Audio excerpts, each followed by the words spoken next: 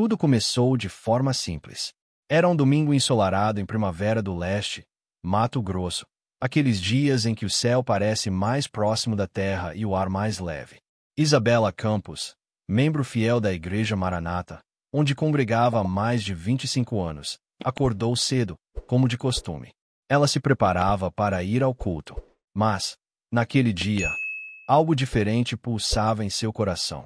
Uma inquietação suave, quase imperceptível, mas insistente. Era como se o Espírito lhe sussurrasse algo novo desde a semana anterior. Algo vinha mexendo com Isabela.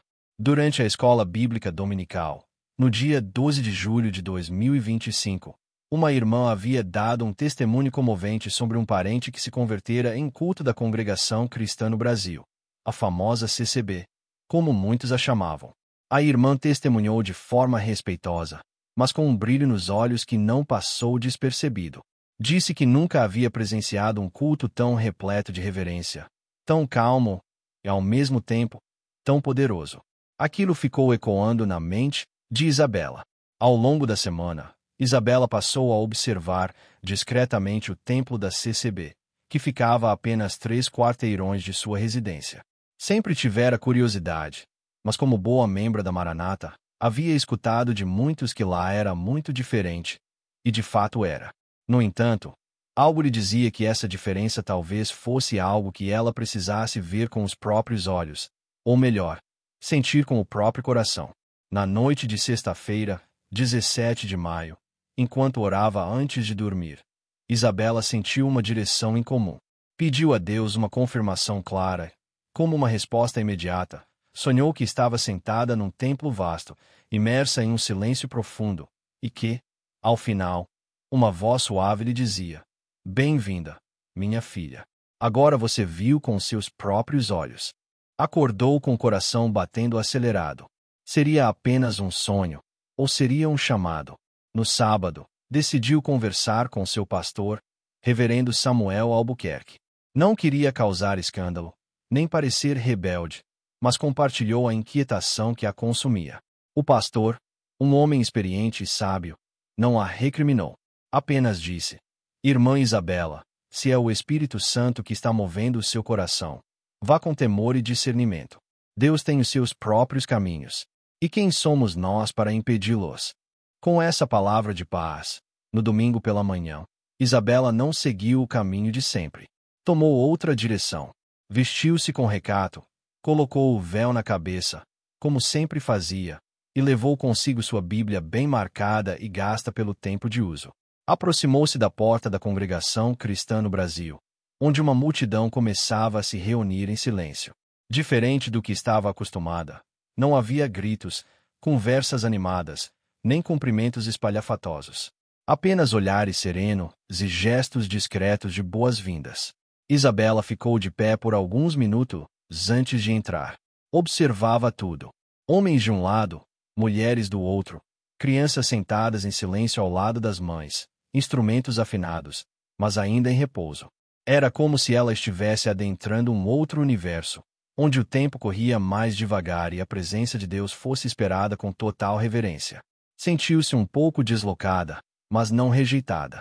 Pelo contrário, uma senhora de semblante gentil lhe acenou com um sorriso discreto e lhe ofereceu um lugar ao seu lado. O culto começou sem qualquer aviso ou apresentação formal. De repente, a orquestra iniciou um hino. Não havia banda, bateria, microfones potentes ou palmas, mas havia harmonia. Uma harmonia que arrepiava. Isabela sentiu o coração acelerar. Era como se sua alma estivesse sendo conduzida por uma trilha sonora, celestial. Ela nunca tinha ouvido nada igual. Aquela música parecia purificar a mente e aquietar o espírito. Durante o culto, Isabela percebeu que ninguém interrompia a adoração. Não havia preletores longos, nem disputas por atenção, apenas a palavra lida e comentada com simplicidade e temor.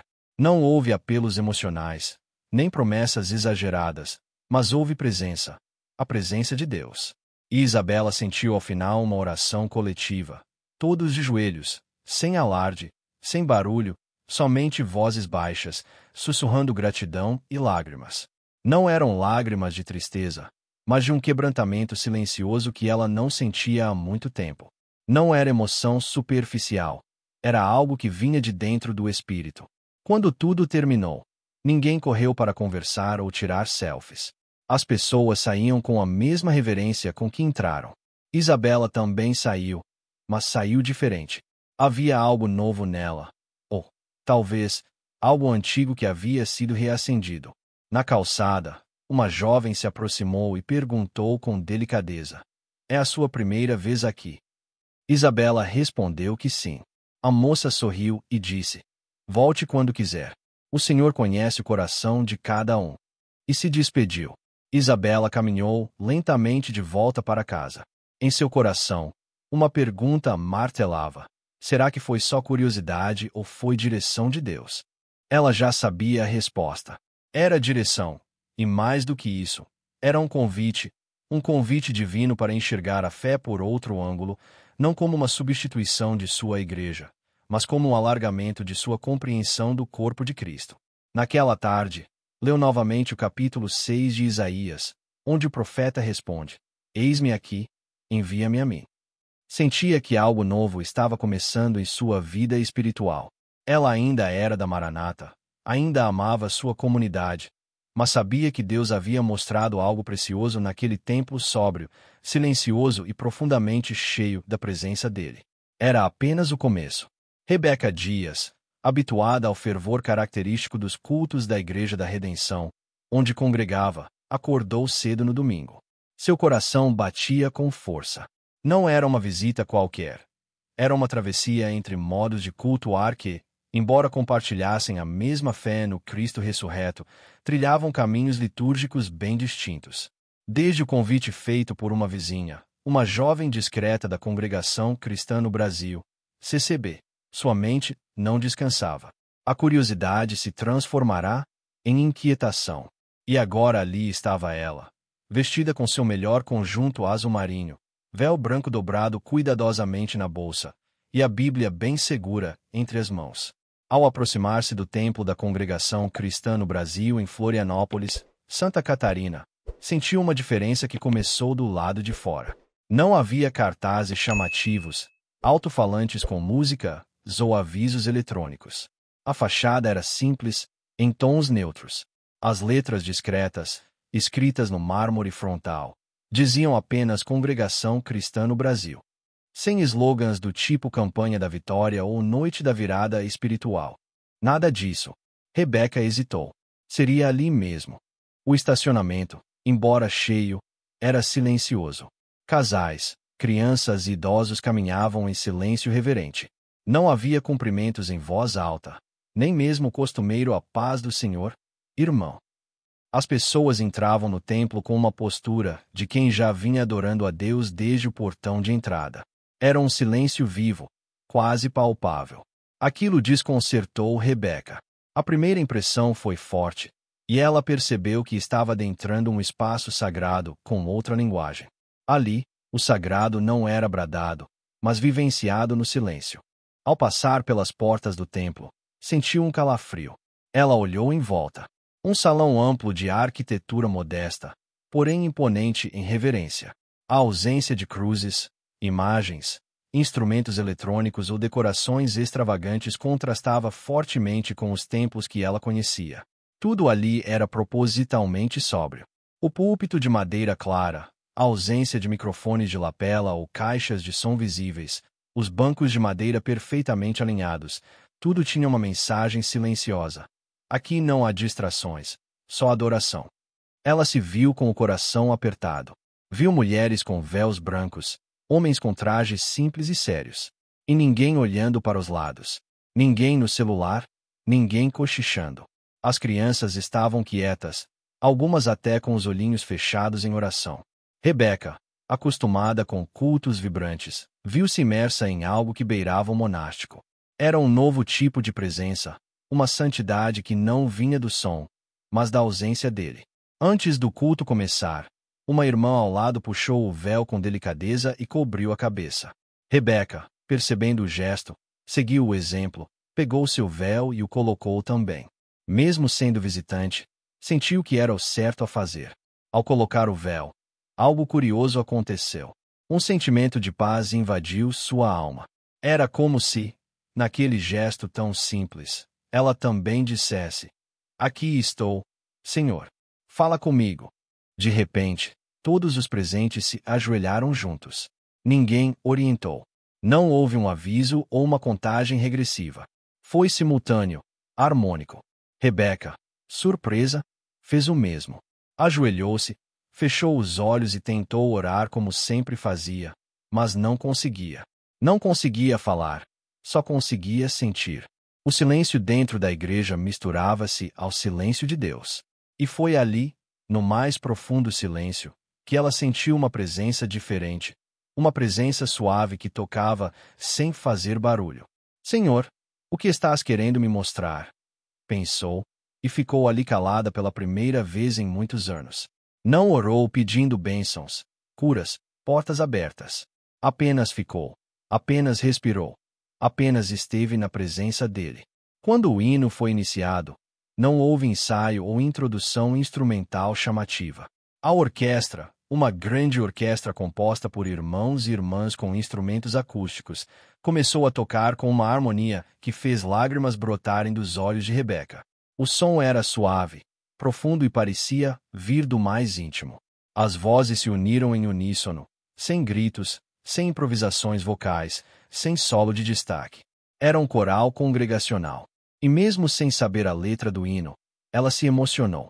Era como se a música não precisasse ser entendida para ser sentida.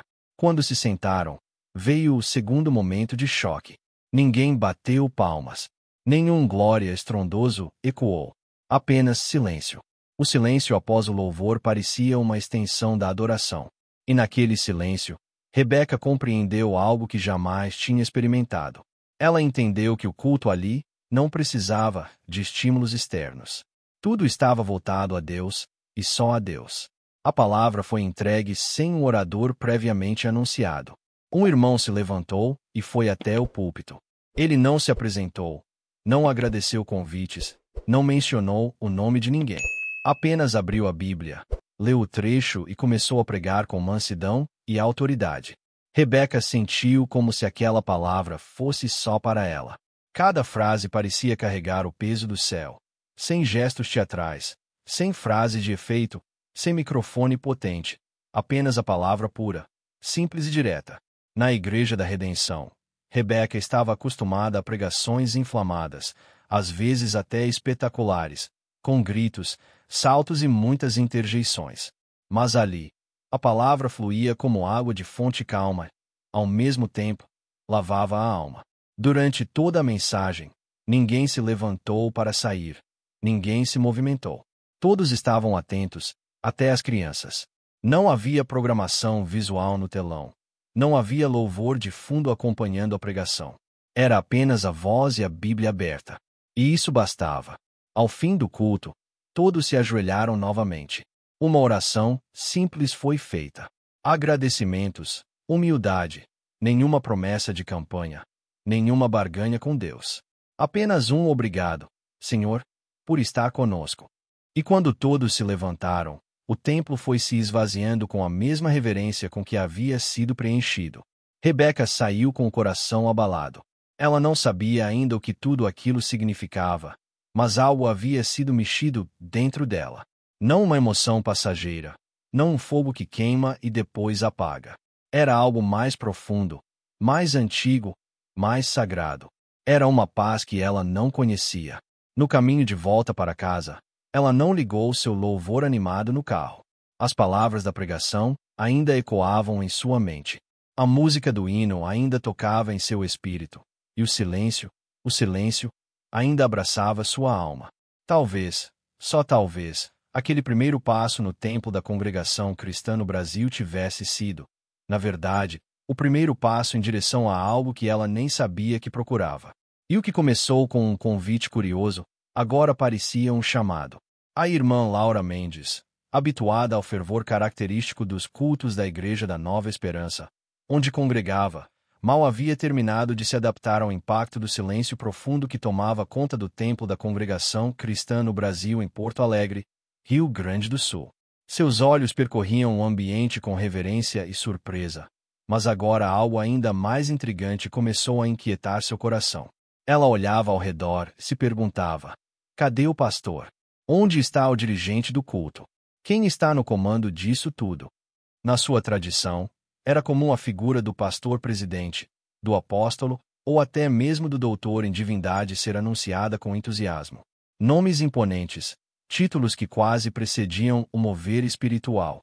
Havia sempre uma cadeira reservada, geralmente mais elevada, onde o ungido de Deus se posicionava, visível, destacado, muitas vezes vestido de terno impecável, microfone em punho e com um séquito de obreiros ao redor.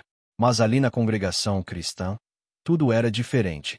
Nenhuma ostentação de função espiritual, nenhuma autoridade visível buscando reconhecimento, apenas homens simples, vestidos de maneira discreta, sentados entre os demais irmãos e que, em determinado momento, se levantavam para realizar os ofícios da reunião, como se estivessem apenas cumprindo um chamado silencioso de Deus e não uma agenda pessoal. Ela notou que um ancião se dirigiu ao púlpito com passos serenos, sem ser anunciado, sem aplausos, sem palavra de honra para o servo de Deus. Nenhum cartaz na porta anunciava quem pregaria, nenhuma rede social avisava que aquele irmão estaria ministrando.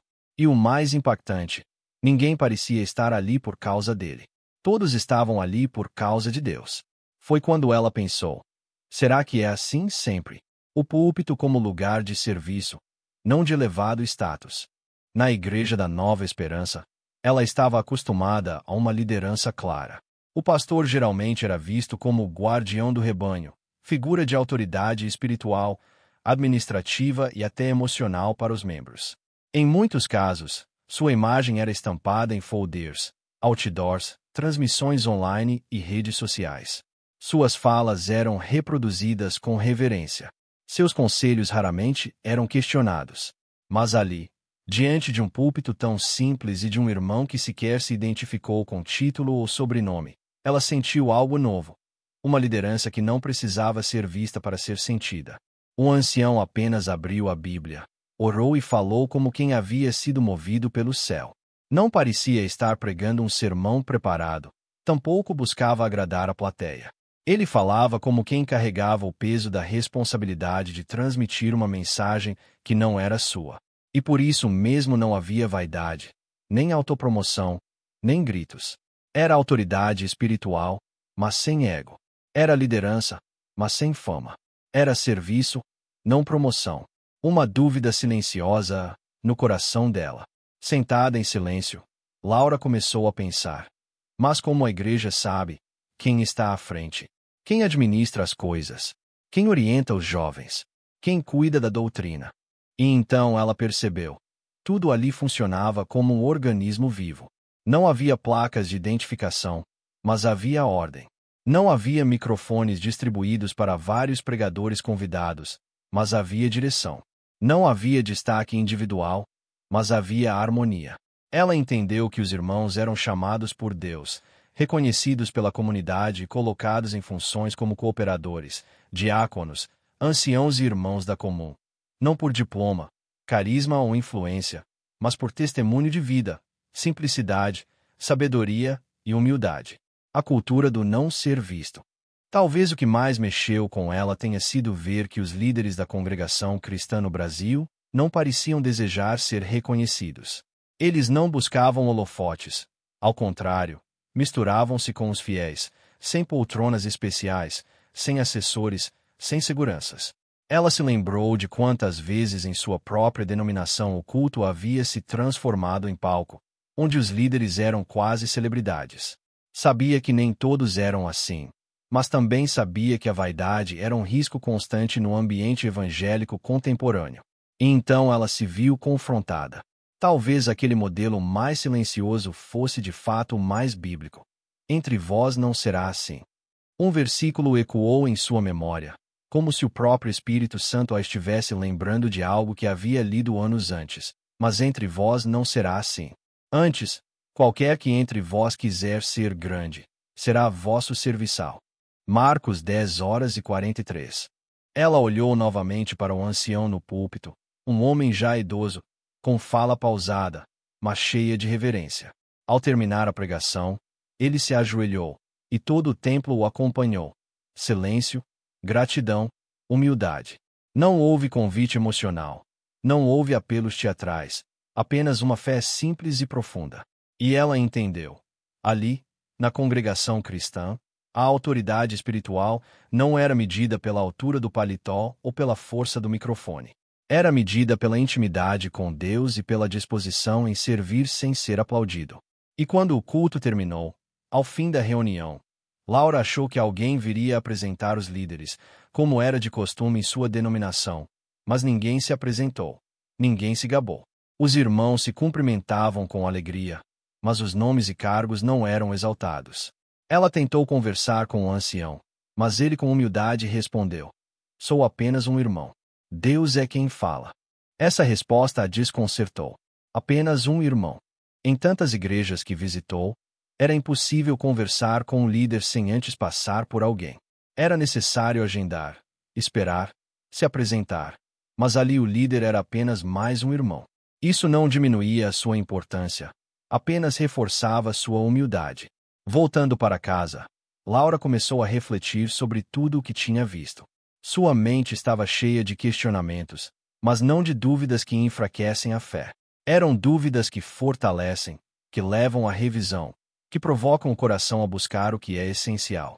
Ela pensou nos jovens de sua igreja, que muitas vezes se aproximavam de cargos pela aparência. Pensou nos irmãos que deixavam a obra porque não eram reconhecidos. Pensou nos líderes que confundiam posição com identidade. E ali, sozinha em seu quarto, orou: "Senhor, ensina-me a servir sem desejar ser vista. Ensina-me a seguir o exemplo daqueles que fazem tudo para ti e não para os homens." A visita daquela irmã ao culto da congregação cristã no Brasil foi marcada por muitos choques. Mas talvez o mais forte tenha sido perceber que a ausência de títulos não era ausência de liderança, era presença de humildade. Ela entendeu que, às vezes, o que mais precisa ser restaurado nas igrejas não é a estrutura, o som ou a estética, mas o coração de servo. E que talvez a geração atual esteja carente de líderes que deixem Deus aparecer mais do que eles mesmos. A irmã voltou para sua igreja com mais reverência, mais excelência, mais desejo de servir. E em seu coração uma certeza pulsava: não é sobre cargos, é sobre Cristo. Ao adentrar pela segunda vez no templo da Congregação Cristã no Brasil, em Campinas, São Paulo, aquela irmã da Igreja da Nova Esperança já não estava tão inquieta quanto na primeira visita. Algo em seu coração já começava a se aquietar, mas nada poderia prepará-la para o impacto do louvor. Afinal, para quem vinha de uma tradição de ensaios semanais, grupos de louvor afinados, apresentações com microfones potentes e aplausos calorosos, o que ela presenciou naquele culto foi de uma profundidade difícil de descrever em palavras. Ela se sentou com discrição entre as mulheres. O silêncio no templo ainda era marcante. As irmãs se comunicavam apenas com olhares e sorrisos contidos. De repente, o som do órgão se fez ouvir, iniciando o prelúdio de um hino do inário da congregação. Não havia ensaio prévio, nenhum vocalista à frente, nenhum solista, nenhum holofote. A música começou, e para sua surpresa, toda a congregação se ergueu, em voz uníssona. Ela ficou atonita. Aquela multidão, homens e mulheres de idades diversas, entoava os versos com emoção, mas sem teatralidade. Não havia gritos, nem gemidos artificiais, nem efeitos vocais. Era um louvor puro, coletivo, sincero. Vozes que se somavam como um só coral, invisível, conduzidas apenas pelo sentimento de reverência. Não havia sequer um grupo de louvor designado. Era o povo inteiro louvando ao mesmo tempo. A irmã se emocionou. Seus olhos se encheram de lágrimas quase imediatamente. Lembrou-se de um versículo que ouvirá tantas vezes, mas que ali ganhava um novo sentido. Deus habita no meio dos louvores. Ali, sem microfones, sem solos ensaiados, sem palmas ou coreografias, ela sentiu como se o céu realmente estivesse presente. Era como se os anjos se unissem ao louvor dos crentes naquele lugar. O que mais lhe chamou a atenção foi a ausência total de estrelismo. Não havia uma irmã do louvor que ocupava mais espaço que as outras. Não havia um levita com voz melódica que conduzia os demais. Cada um fazia sua parte com humildade, e todos sabiam que a glória era para Deus. Ela, acostumada a ver músicos sendo reverenciados quase como celebridades evangélicas, ficou em silêncio, refletindo sobre o quanto o louvor da congregação era diferente. Durante o segundo hino, ela começou a cantar baixinho. No começo, ainda tentando se encontrar nas notas, mas algo a puxava para dentro daquela adoração coletiva. Era como se a alma dela estivesse sendo abraçada. Sem perceber, ela começou a cantar com mais firmeza. O inário era diferente, mas fácil de acompanhar. Ela se sentia parte daquilo, mesmo sendo visitante. Foi então que ouviu um hino que falava de cruz, de renúncia, de vida eterna. Nada de vitória financeira ou 7 voltas para a bênção. Era Cristo no centro, e era isso que a comoveu profundamente. A letra tocava fundo em seu coração. Sentia-se como se alguém estivesse contando sua própria história através daquelas estrofes simples. Ela, que sempre participou de corais e grupos ensaiados, percebeu que ali ninguém ensaiava, mas todos sabiam cantar. Era como se o Espírito ensinasse. Quando se sentou novamente, após o terceiro hino, ela olhou ao redor. As irmãs, que antes pareciam tão distantes, agora tinham rostos familiares. Não haviam sorrisos exagerados, mas havia paz. O ato de louvar havia criado um vínculo invisível, e ela se perguntou: como pode algo tão simples ser tão poderoso? Durante a pregação, ela ainda sentia o eco dos hinos em sua alma. E foi aí que começou a entender. A congregação cristã no Brasil havia removido o eu do louvor. Não era sobre quem cantava mais bonito, quem puxava o hino ou quem tinha técnica vocal. Era sobre todos juntos, em unidade, entregando a adoração como sacrifício vivo. Ela se lembrou de tantas reuniões em que presenciara discussões entre cantores, desentendimentos nos ensaios, exigências por microfones exclusivos. Ali não havia nada disso. E por isso mesmo havia tudo. Havia Deus. Havia sinceridade. Havia Espírito. Ao término do culto, ela procurou saber mais. Descobriu que o órgão não é apenas um instrumento musical, mas um condutor da harmonia, respeitado como parte essencial do louvor. Que não há ensaios formais porque o louvor precisa vir do coração. Que os hinos são inspirados e não apenas compostos. Ela também soube que qualquer um, sim, qualquer um, pode pedir um hino pelo número, se sentir no coração, sem combinação, sem roteiro. Tudo fluía na dependência da vontade divina. Isso a impressionou. Era como confiar cegamente que Deus colocaria o hino certo, na hora certa. E de alguma forma ele sempre colocava. Ao voltar para casa, ela ligou o rádio no costume de escutar músicas gospel no carro. Mas algo havia mudado. Aquela produção toda, os arranjos modernos, os riffs vibrantes, tudo soava vazio pela primeira vez. Sentia falta daquele canto simples, sem palco, mas carregado de unção. Durante a semana, ela buscou os hinos da congregação na internet. Descobriu que muitos estavam disponíveis em vídeos, mas não como clipes gospel. Eram gravações simples, de cultos reais, e cada vez que ouvia, era tocada novamente. Sem perceber, começou a usar esses hinos em suas devocionais pessoais. Sentia-se mais próxima de Deus. Ela compartilhou com uma amiga da Igreja da Nova Esperança. Fui num culto da congregação. E, amiga, eu nunca ouvi um louvor assim. Não sei explicar. É como se eles cantassem com a alma. A amiga se interessou, mas também estranhou. Mas não tem conjunto, nem ministério de louvor. Não. Só o povo. E é aí que mora o milagre. Laura não sabia dizer o que viria depois. Não tinha planos de sair de sua igreja, mas sabia que havia conhecido algo que a marcaria para sempre. A forma como a congregação louvava havia lhe ensinado algo precioso, que a beleza do louvor está na verdade que ele carrega e não no espetáculo que ele oferece. E toda vez que sentia saudade daquele culto, ela fechava os olhos e se lembrava das vozes, tantas vozes, cantando como se o próprio céu se abrisse. Um canto sem ensaio, uma melodia sem palco, um louvor sem vaidade, apenas para Deus. A irmã Sofia Ribeiro, membro da Igreja da Nova Esperança, já havia sido tocada em vários aspectos durante aquela manhã na Congregação Cristã no Brasil. O silêncio reverente, os louvores entoados em uníssono, a ausência de títulos e vaidades. Tudo parecia conspirar para quebrar paradigmas dentro dela.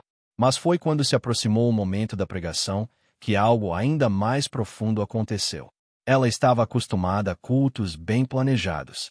Na sua igreja, o culto seguia uma programação definida. Alguém lia um texto previamente escolhido.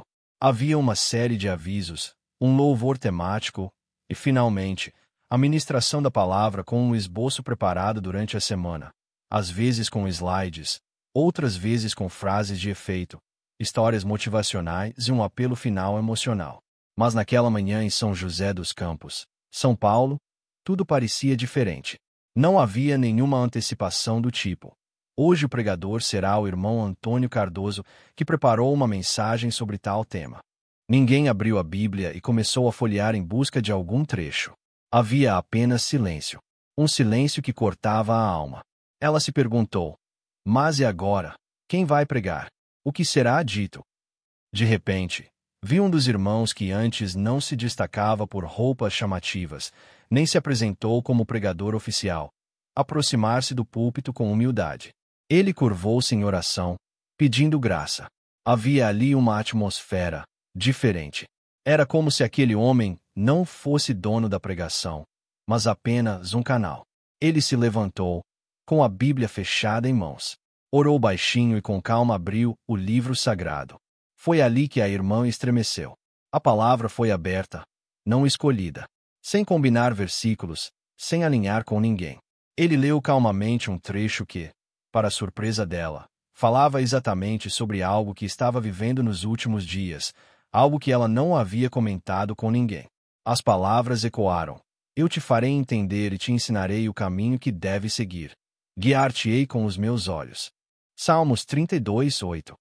Ela congelou no banco. Aquela era a resposta. Uma palavra que ela havia pedido a Deus em secreto, em lágrimas, numa madrugada de angústia em 28 de junho de 2025.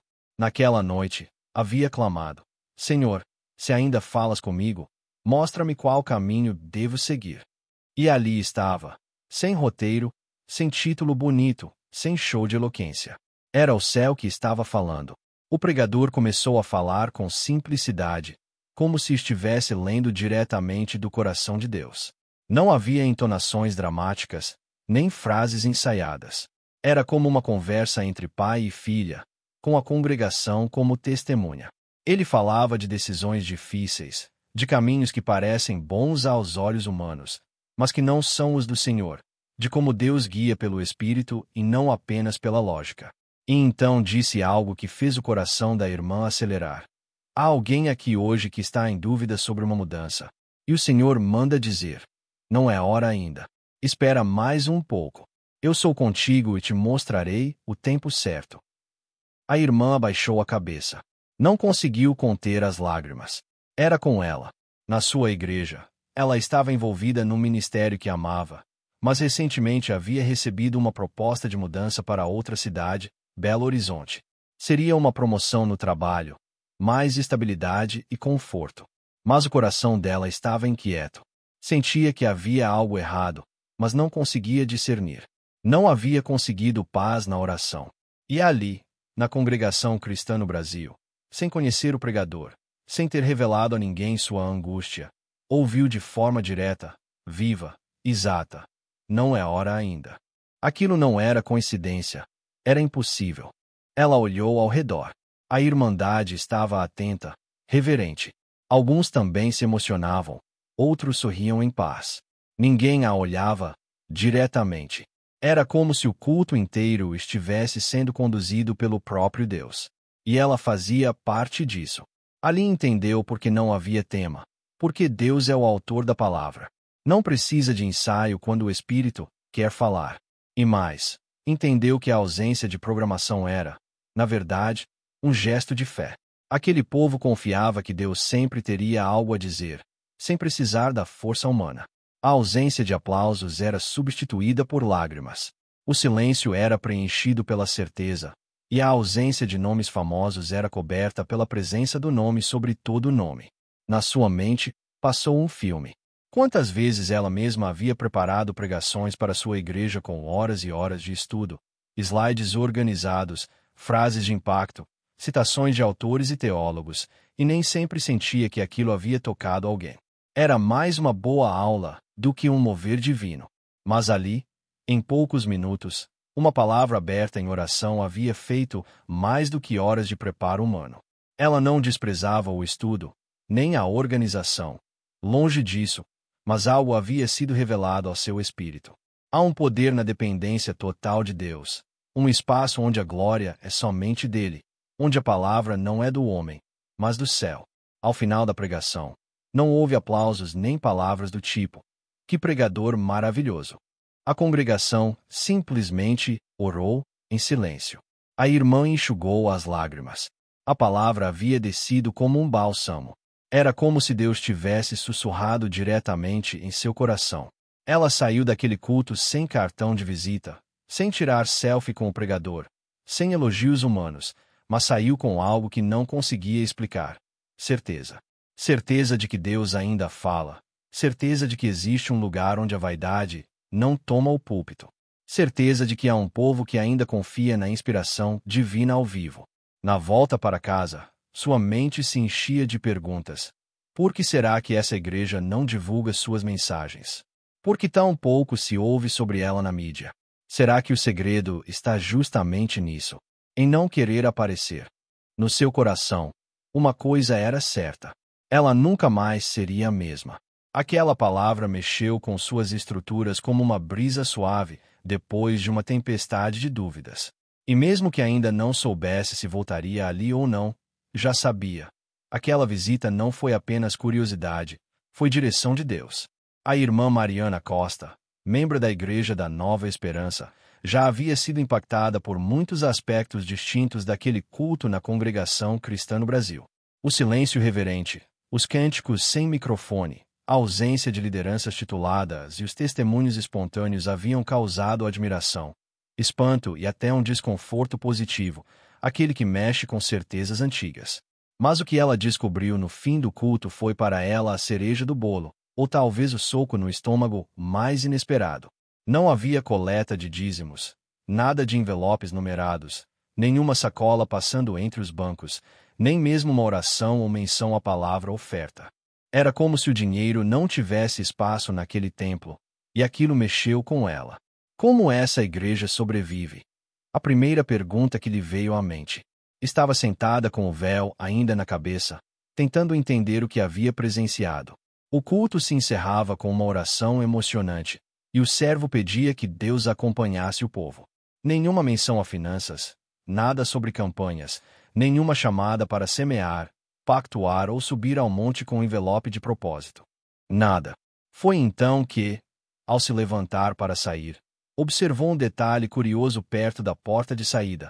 Uma pequena caixa de madeira clara, fixada discretamente na parede. Em cima, uma plaquinha com letras gravadas, oferta para o sustento da obra de Deus.